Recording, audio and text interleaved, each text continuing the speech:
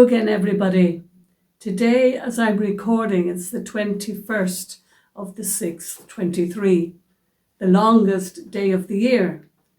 And I know that today, in St. Anne's Cathedral and in other places around Ireland, there will be prayers said, and for those who have grieved and are grieving as a result of loss in particular because of the Troubles and of other situations of sudden loss. But also today, prayers of hope for the future. And so it's that grief and hope that I want us to think about for our reflection today. Grief can be the natural grief or the sudden grief of a loved one. But there's a whole lot of different kinds of grief. There's that untimely grief, undeserved grief. There's that spiteful, tit-for-tat death causing grief. There's that wrong target or that unnecessary death causing sorrow. There's that taking away of another's life, or all that leaves that grief, that baggage that comes with it. And sometimes it's baggage of hate, of hurt, of fear, of mistrust, but of sheer sadness at the loss of something that was loved and valued. So how do you break into that darkness? How do you break into the darkness caused by that baggage and that sense of loss and grief that continues on? Not just what I might call normal grief. How do you break into that? How do you break into that darkness? How do you begin to unfold the veil around it?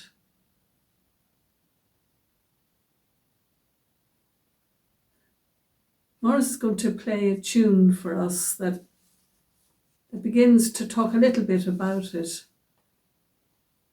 about breaking into that darkness. It's called You Raise Me Up, and the words of the verse go, when I am down and oh my soul so weary, when trouble comes and my heart burdened be, then I am still and wait in the silence until you come and sit a while with me.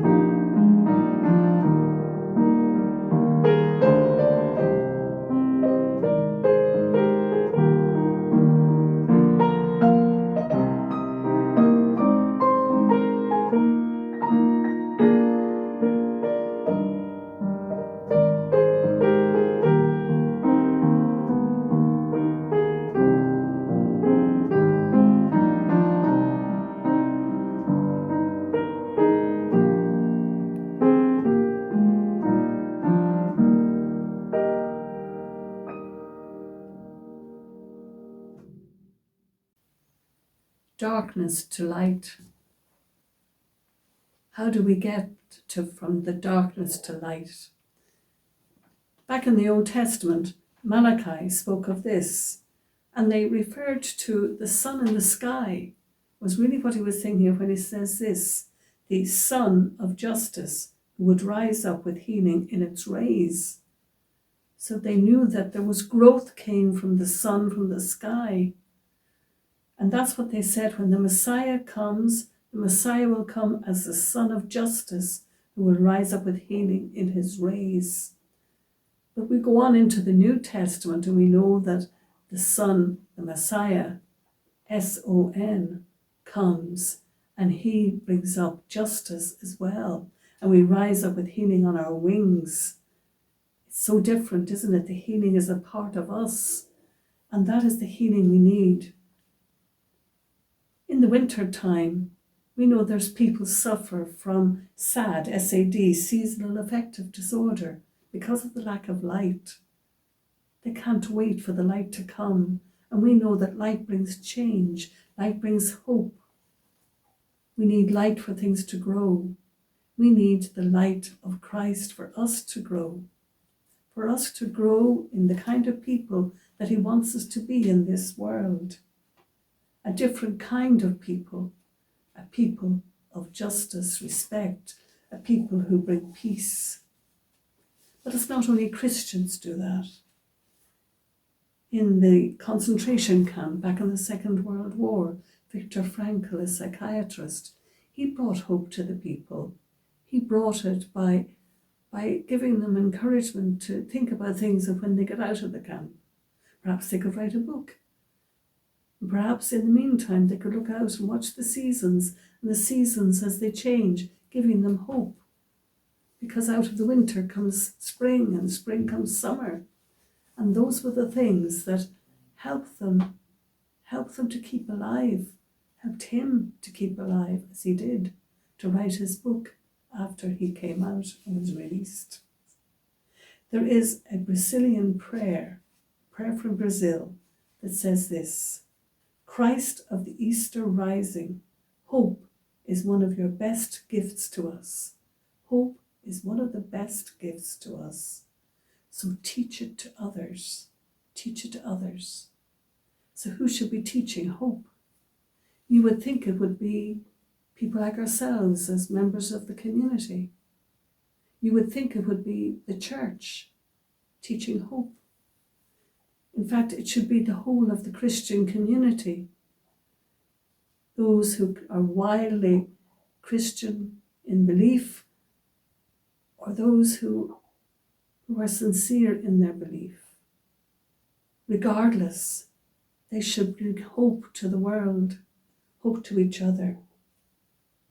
But the church, the people of Christ surely, and the church is not the buildings, it's the people.